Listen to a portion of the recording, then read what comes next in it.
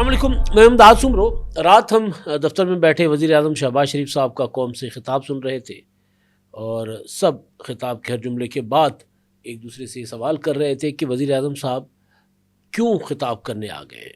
ایک تو وجہ یہ تھی کہ جمعے کے روز وہ خطاب کرتے ہیں آ کر، پیٹرول کی قیمتیں بڑھنی ہیں، نہیں بڑھنی، برقرار رکھنی ہے، کم ہونی ہے، اس کا اعلان کرتے ہیں۔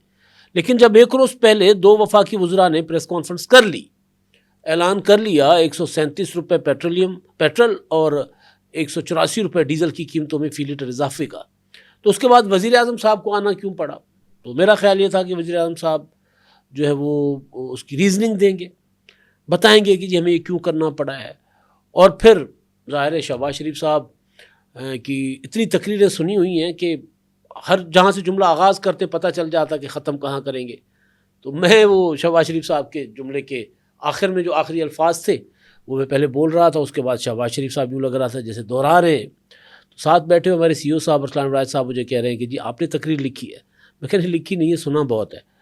مجھے وہ تقریر کے بعد ایک واقعہ یاد آ گیا، ایک نہیں کئی مواقعوں پہ ہوتا تھا یہ۔ نواب نصر اللہ خان صاحب مرحوم جو ہیں وہ اے آر ڈی کے سربراہ ہوا کرتے تھے۔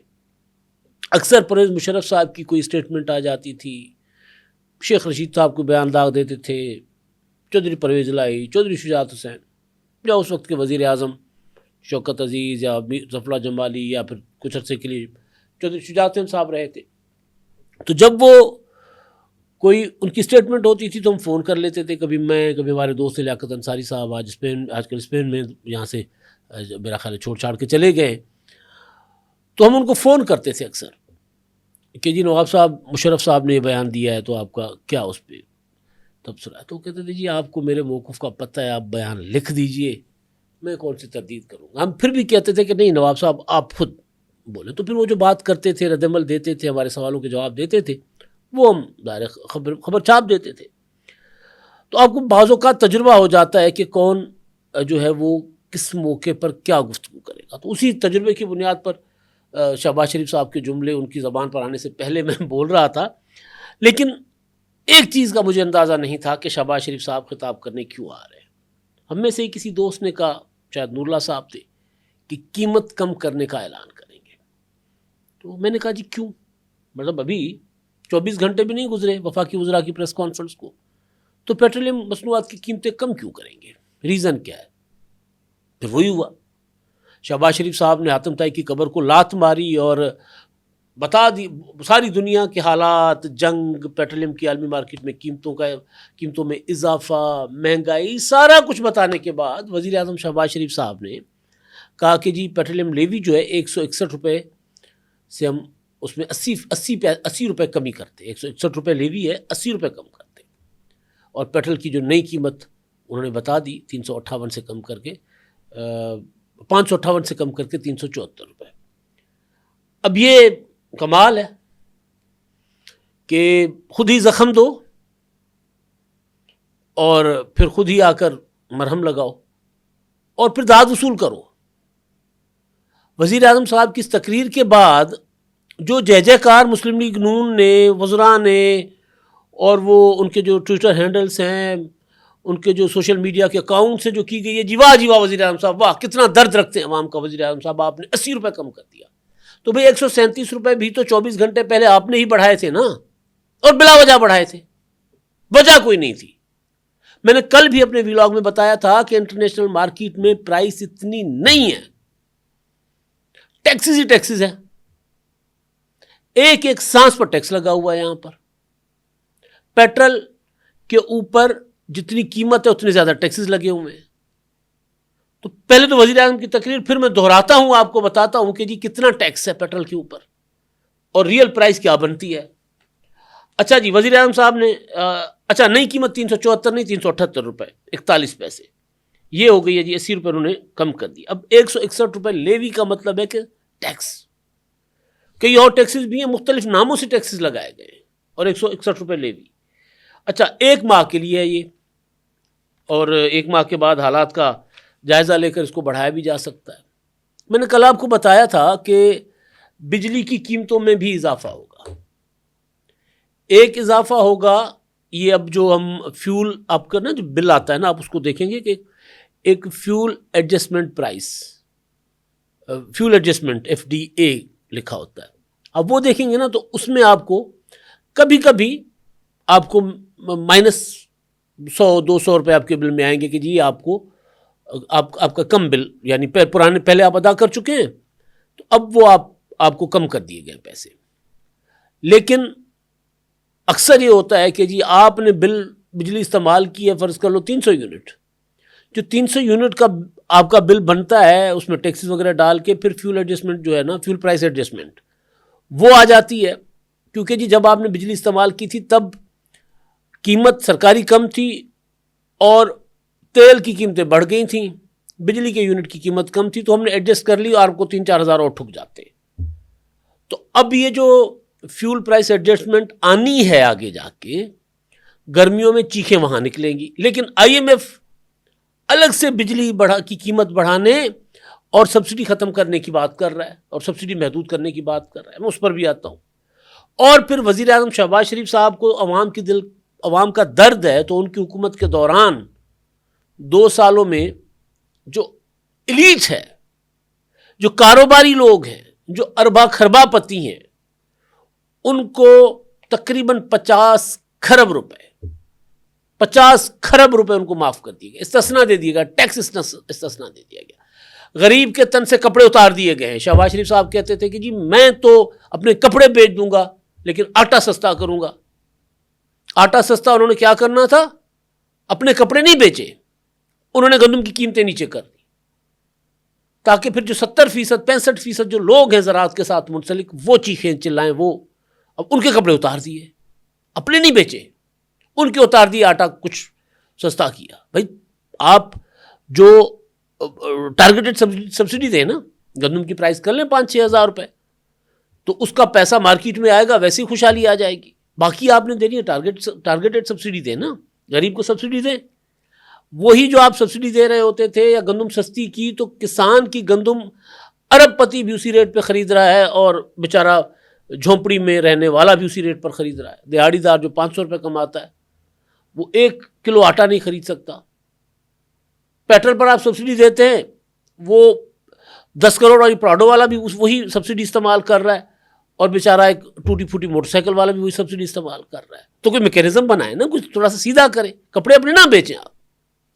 تو 80 روپے انہوں نے جناب لیوی کم کر دی، جس کا جو کل میں نے ویلاگ کیا تھا کہ حکومت جھوٹ بول رہی ہے، حکومت کے ڈاکومنٹس کچھ اور کہہ رہے ہیں، وہ بات میری صحیح ثابت ہوئی. کیونکہ گنجائش تھی تو 80 روپے کی انہوں نے لیوی کم کی نا. اگر گنجائش نہ ہوتی تو وہ 80 روپے کیسے کم کرتے؟ اب جو وزیر اعظم نے کچھ اور بھی اعلانات کیے ہیں جس میں انہوں نے کچھ سبسڈیز جو پہلے سے دی گئی تھیں موٹر سائیکل والوں کو، ٹرانسپورٹ کو، اس کا بھی انہوں نے ذکر کیا ہے. وہ ہم پہلے ڈیٹیل میں اس پر بات کر چکے ہوئے. لیکن اب جو پیٹرول ہے پاکستان جب پہنچتا ہے تو وہ کوئی 245 روپے فی لیٹر اس کی قیمت ہوتی ہے اور 25 روپے اس پر کسٹم ڈیوٹی لگتی ہے. 7 روپے جو ٹرانسپورٹ ہوتا ہے ایک شہر سے دوسرے شہر تک، یا وہ اپنا پورٹ سے پورے ملک میں 7 روپے فی لیٹر اس پر لگتی ہے اپنا ٹرانسپورٹ چارجز.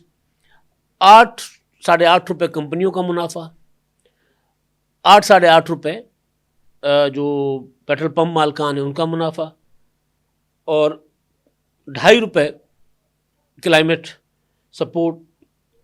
اسی طرح پھر 160 روپے ملا کر 458 روپے کر دیا گیا تھا پیٹرول. اب 80 روپے کاٹ کے 374 روپے کر دیا گیا. یعنی اب بھی گنجائش موجود ہے. آپ دیکھیں نا کہ کتنے ٹیکسز ہیں، اور پھر وہ حاتم طائی بن کر کہتے ہیں کہ نہیں جی ہم نے تو عوام کو بہت بڑا ریلیف دے دیا. اب میں اگلی بات، جو ریلیف عوام کو نہیں دے رہی ہے، یہ ریلیف کس کو دے رہے ہیں؟ وہ مجانیاں پیڑا خود کاروباری لوگ ہیں، تو وہ ریلیف اپنے لوگوں کو ہی دے رہے ہیں. کوئی کسی کا فرنٹ مین ہوتا ہے، کوئی کسی کا سمدھی ہوتا ہے، کوئی کسی کا رشتہ دار ہوتا ہے، کوئی کسی کا قریبی عزیز ہوتا ہے، کوئی کسی کا یار بیلی ہوتا ہے، بڑے طریقے ہوتے ہیں نا. اب جناب یہ جیو کی رپورٹ ہے اور انتہائی خطرناک قسم کی رپورٹ ہے. رانا غلام قادر صاحب ہیں جی ان کے رپورٹر، وہ رپورٹ کر رہے ہیں کہ 2 سالوں میں موجودہ حکومت کے جس میں شامل ہے، اور شاید جو 2022 ہے تو اس میں شاید عمران خان صاحب کا بھی ہوگا، لیکن میرا نہیں خیال 2022 کی بجٹ سے پہلے عمران خان صاحب، ہاں 2022 عمران خان 2022-23 عمران خان کا دور بھی ہوگا، لیکن 2022-23 اور 2023-24 کے مالی سال میں مختلف کمپنیوں کو، صنعت کاروں کو، ریئل اسٹیٹس، آئی پی پیز، ان کو 49 کھرب 75 ارب روپے کا ٹیکس استثنا دیا گیا ہے۔ ہم ماچس کی ڈبی خریدے اس پر ٹیکس دیتے ہیں، ہم کفن خریدے اس پر ٹیکس دیتے ہیں، ہم دوائی خریدے اس پر ٹیکس دیتے ہیں، اور اتنی بڑی بڑی کمپنیوں کو ٹیکس استثنا کیا کیا دیا گیا جی؟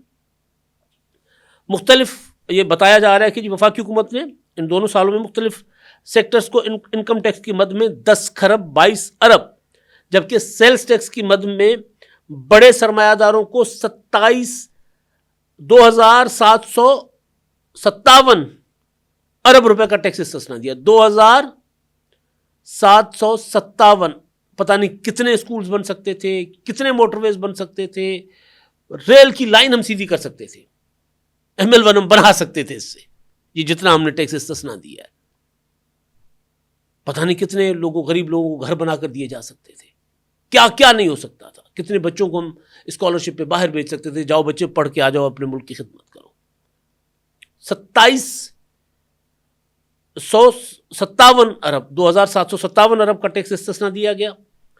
کسٹم ڈیوٹی کی مد میں وفاقی حکومت کی جانب سے 2 سالوں میں 1195 ارب روپے، توانائی اور کان کنی کے شعبے میں 107 ارب 47 کروڑ روپے، ہاؤسنگ اور پبلک ڈیولپمنٹ اتھارٹیز کو 47 کروڑ 28 لاکھ روپے، تعلیمی شعبے کو 17 ارب۔ اب تعلیمی شعبے میں کون ہے بڑے بڑے، کس کے اسکولز ہیں؟